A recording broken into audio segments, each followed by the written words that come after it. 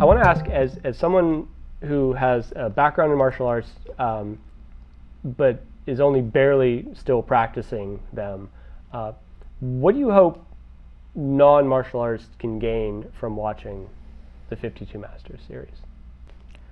You know, what I hope for any of the non-martial artists watching this is, one, that they will be entertained, and then they will see another aspect of the martial arts that it's not just about going out and beating people up, which is really not what it's about.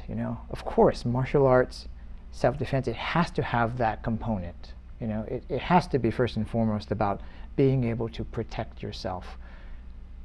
But there's other things.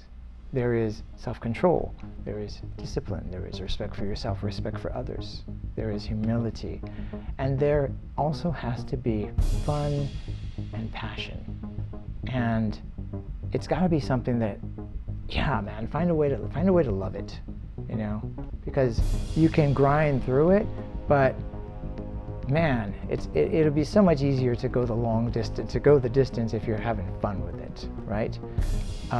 Yeah, so find the fun. But it can be something that you can enjoy for one course, for 3 months, for 3 years, or perhaps a lifetime. It doesn't have to be, wow, now I have to study this and become a disciple of this art for the rest of my life. It doesn't have to be that way. But I'm hoping that people will look at it and go, wow, these are really, really cool people. And yeah, I'd like to study something like that because that can benefit me. Maybe I want to lose weight. Maybe I want to build more confidence. Maybe I want my child to become more focused. I would like to be able to stand up to bullies and verbally defend myself, or physically defend myself if I have to. That's what I'm hoping. And I want to create a positive image for martial arts. A positive image that people can say, yeah, martial arts is cool, man, and martial arts help me, martial arts can help you. That's what we're kind of hoping for.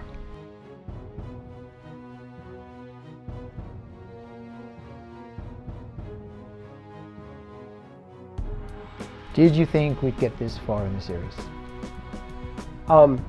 No, maybe, I'm not sure. Those first couple episodes were a real hurdle. We were trying to figure out what the show was, how we told the story, how we broke it up between the training segments and then the conversation segments, the interview segments. And it was a bit of a balancing act. We kind of got the idea going, but we had to whittle that down into like the real format in which we produced the show. And it's a big show for just a small group of people to be doing. What's been surprising to you about doing the series? Like, what did you not expect? Some of the things that have been surprising to me are the sense of humor that some of these masters have shown. They portray themselves in a certain way, and they have to in many cases because of who they are and what they teach. And then you get them on camera, and it becomes a very comfortable situation.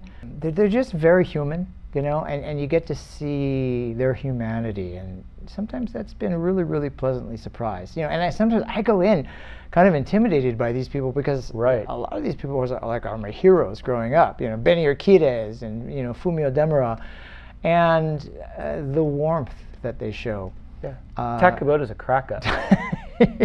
Dr. Carl Totten is funny. Oh yeah. Oh yeah. I mean, they're all just people, and they're all just human, and they have all these sides to them. They're serious, they're intense, and yet you get through to them sometimes, and they open up, and you guys have just a conversation of peers, and I think that's like something really cool that we get to show people a different side.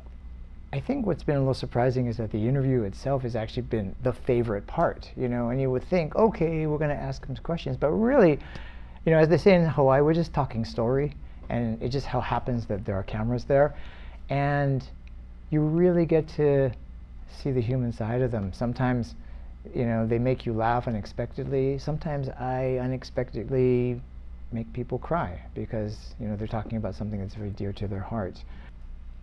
How do you think the lessons of martial arts and study can be used to help people through tough times, whether they're going through a personal tough time or whether their culture is going through a difficult time? What tools does martial arts give them to help them cope through those times? There's so many life lessons that I've learned from martial arts, and one of them is just keep showing up. Even if you may not want to, show up. That's so much of it. Get through the training, right? And then you're like, whew, I'm so glad I did. You know, you feel better. And that teaches you about consistency, about self-discipline, about self-control. Challenging yourself, right? Mentally and physically and emotionally, and some might even say spiritually, to do something, to achieve something, even though you feel like quitting, but you keep going on, right? You fall down, you get back up, all right? You get kind of beat up in class, that's okay, you come back and you do it again, right? And eventually it becomes like the last person standing, you know? Growing up, there were people who had started before me who were definitely more skilled and more talented, but I was the one that continued on, right? Largely because my mother made me, right? But then at some point, I started to really, really enjoy it. I had role models, like I discovered Bruce Lee, and like so many people lost my mind. But then, you know, my own sensei, Sensei Robago and Sensei Dave Liu, I really began to see and admire and respect the skill that they had, and I wanted to become like them, you know. And there were so many people along the way that inspired me, but I just, you know, it started to consume me. And so, as a result, I learned how to stick it out, how to not give up, how to keep going forward, and how to have fun at something that I'm passionate about. So my advice would be, keep going, don't give up, do your best, and have fun. Martial arts can give you a strong mind, a strong body, a strong spirit, and strong technique. And with those 4 things, you can accomplish anything.